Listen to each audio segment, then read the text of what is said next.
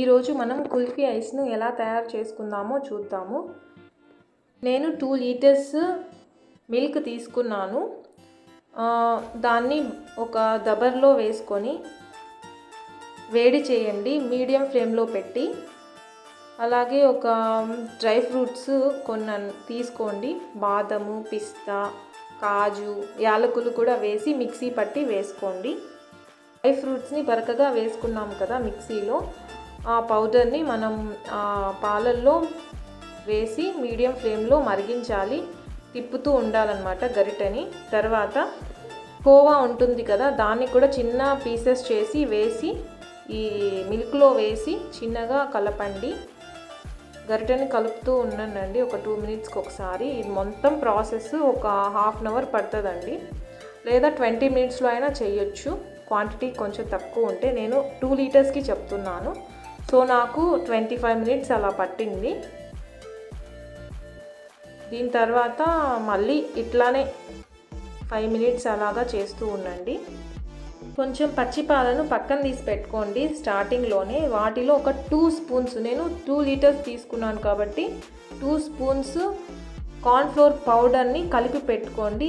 ఆ మిల్క్ని ఈ మరుగుతున్న మిల్క్లో కలపండి. ఇట్లా నేను వీడియోలో చూపిస్తున్నాను కదా, అట్లా వచ్చేంత వరకు మనం మరగపెట్టాలి బాగా. కొంచెం థిక్గా వచ్చిన తర్వాత మనం ఐస్ క్యూబ్స్ ఉంటాయి కదా, ఐస్ తయారు చేయడానికి మనం ఉంటాయి కదా మౌల్డ్స్, దాంట్లో వేసుకోండి. లేదా ఏదైనా చిన్న బౌల్స్లో అన్నా వేసుకొని డీప్ ఫ్రిడ్జ్లో పెట్టుకోండి ఒక 8 అవర్స్ అట్లాగా. దాని తర్వాత తీసి కొంచెం వాటర్లో అలా డిప్ చేసి వదిలేసేయండి. దాని తర్వాత ఈజీగా వస్తుందన్నమాట మీకు మౌల్డ్ ఐస్ క్యూబ్ షేప్లో.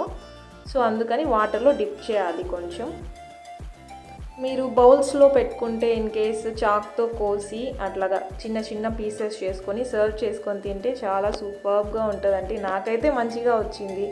ఇంకోటి చెప్పడం మర్చిపోయాను, మీరు మిల్క్లో షుగర్ అయినా యాడ్ చేయండి, బెల్లం అయినా యాడ్ చేసుకోండి. నేను బెల్లం యాడ్ చేశాను.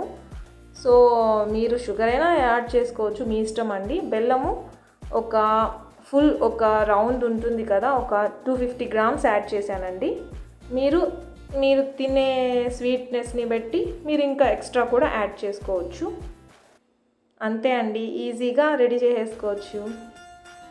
Kulfi ice ready.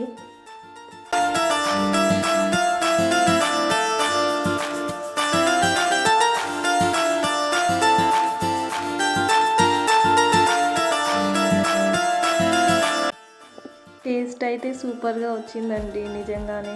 మీరు ట్రై చేయండి.